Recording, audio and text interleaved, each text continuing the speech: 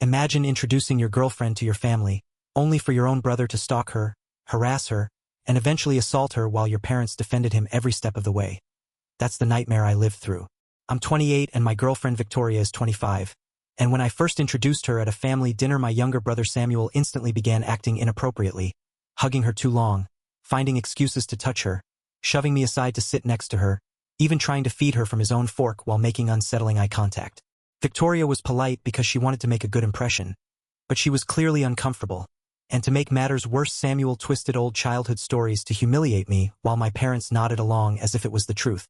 Later that evening, I found him cornering Victoria in the kitchen, blocking her path and telling her she deserved someone more exciting than me. She had already told him to back off twice before I walked in, and when she saw me she looked relieved and ran to my side while Samuel laughed it off like a joke. That was only the beginning. To understand how bad things got, you need to know that Samuel has always been the golden child in our family. When we were kids, he broke my gaming console on purpose and got rewarded with a new one. He killed my hamster by feeding it chocolate, and my parents said it was my fault. He spread lies about me in high school, and they said he was protecting people. Even as an adult, he sabotaged my relationships with lies, while my parents defended him. So when I met Victoria, a brilliant, compassionate pediatric nurse, I kept her secret from my family for 3 months because I wanted to protect her. She encouraged me to introduce her, believing maybe adulthood had changed things. She was wrong. Soon after that first dinner, Victoria began getting harassing calls, voicemails calling her frigid, and even messages that described what she was wearing at work. Proof someone was watching her. I recognized the voices. They were Samuel's friends. When she blocked them, they showed up at her hospital, loitering, staring, whispering. One even followed her to her car after a night shift, leaving her terrified.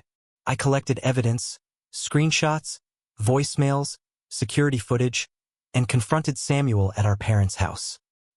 He smirked and said maybe if Victoria wasn't so stuck up, people wouldn't feel the need to teach her a lesson. I snapped and punched him, barely giving him a bloody nose, but he cried like I'd attacked him viciously. My parents came running, hysterical, screaming at me while refusing to look at the evidence, accusing Victoria of leading him on, accusing me of jealousy. We left and stayed at Victoria's place, but things got worse. We went to the police with everything, evidence, witness statements, but because one of Samuel's friends was the son of a local sergeant, the officer suddenly changed tone, saying maybe Victoria had misinterpreted friendly attention. It was useless. Then my parents invited us to dinner, promising Samuel wanted to apologize. Against our better judgment, we went and walked into an ambush. The house was full of family, including Samuel, his friends, and relatives who always defended him. For 2 hours they accused Victoria of jealousy, of leading Samuel on, even claiming she was unstable and making drama. When Samuel's friend Tyler described in detail what Victoria had worn on specific days at work, basically admitting stalking, my parents said it proved she wanted attention. That night we left for good. Soon after, my cousin Holly invited us to her wedding. She's one of the few relatives who always believed me, and she even hired security to keep an eye on Samuel. Everything seemed fine until Victoria went to the bathroom and Samuel disappeared. I had a bad feeling, and moments later I heard her scream. Holly's husband and his brother reached her first. They found Samuel pinning her against the wall, covering her mouth, gripping her arm hard enough to bruise. Her dress was torn, and she was crying when they dragged him off. Samuel, drunk and enraged, accused her of seducing him and screamed vile insults as police took him away, while my parents tried to block his arrest, insisting it was a misunderstanding. Guests recorded everything, and for once we had undeniable proof. After that, Victoria and I decided to move 300 miles away to start fresh. For years passed in peace. We got married, bought a house, and were expecting our first child when my mom suddenly called me, hysterical. Samuel had secretly married a woman named Rachel, and she had been found with broken ribs, a fractured wrist, and bruises from months of abuse. It turned out my father had been helping Samuel cover it up, intimidating Rachel's family, threatening her job, using the same tactics they once used against Victoria. When Rachel got a promotion that made her more independent, Samuel snapped and beat her so badly she couldn't work. This time, both Samuel and my father were arrested. My mom begged me to come home, saying, "Family sticks together." But I told her she had enabled Samuel his entire life, and Rachel's blood was on their hands. I hung up. Months later, Samuel took a plea deal. 8 years in prison for aggravated domestic violence.